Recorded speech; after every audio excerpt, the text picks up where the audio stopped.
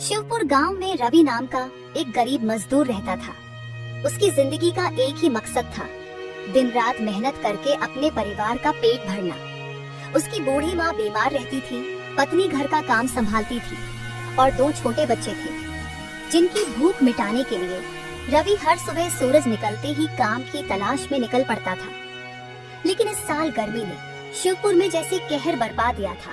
सूरज आग बरसा रहा था, लू इतनी तेज थी कि खेतों की फसलें तक सूखने लगी थी। मजदूरों के लिए तो हालात और भी खराब थे। दिन में इतनी गर्मी होती कि ज्यादातर दुकानदार और गोदाम मालिक काम ही नहीं करवा रहे थे। रवि के लिए ये बहुत मुश्किल समय था। उसकी मजदूरी पहले ही कम हो चुकी थी, ऊपर से माँ की दवाइयाँ और घर का राशन भी खत्म होने वाला था।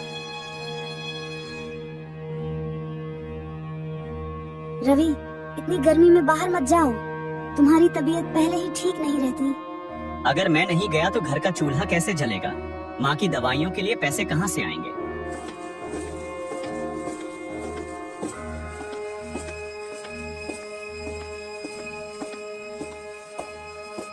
एक दिन रवि अपने दोस्तों सुरेश, रामू और शंकर के साथ गांव के एक पुराने बरगद के पेड़ के नीचे बैठा था।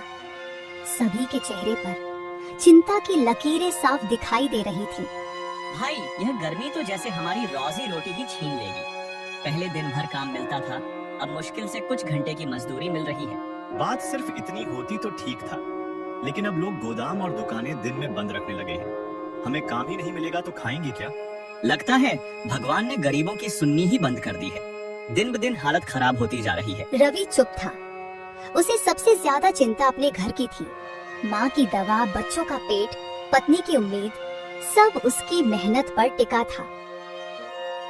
हमें उम्मीद नहीं छोड़नी चाहिए।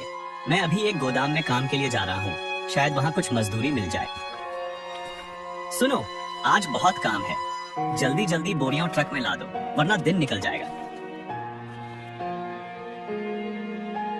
जी मालिक, मैं पूरी कोशिश करूंगा। सेठ पैसे दे देता है। रवि पैसे लेकर घर आ रहा है, तभी अचानक सर में बहुत दर्द होने लगता है। उसे चक्कर आने लगता है। वह चक्कर खाकर वहीं जमीन पर गिर जाता है। गांव वाले उसे घर पहुंचाते हैं। उसकी पत्नी डॉक्टर से पूछती है कि डॉक्टर साहब, इन्हें क्या हो गया? ये अचानक बेहोश क्यों हो गए? और कुछ नहीं हुआ है मैडम जी, बस थोड़ी सी तकलीफ है इन्हें।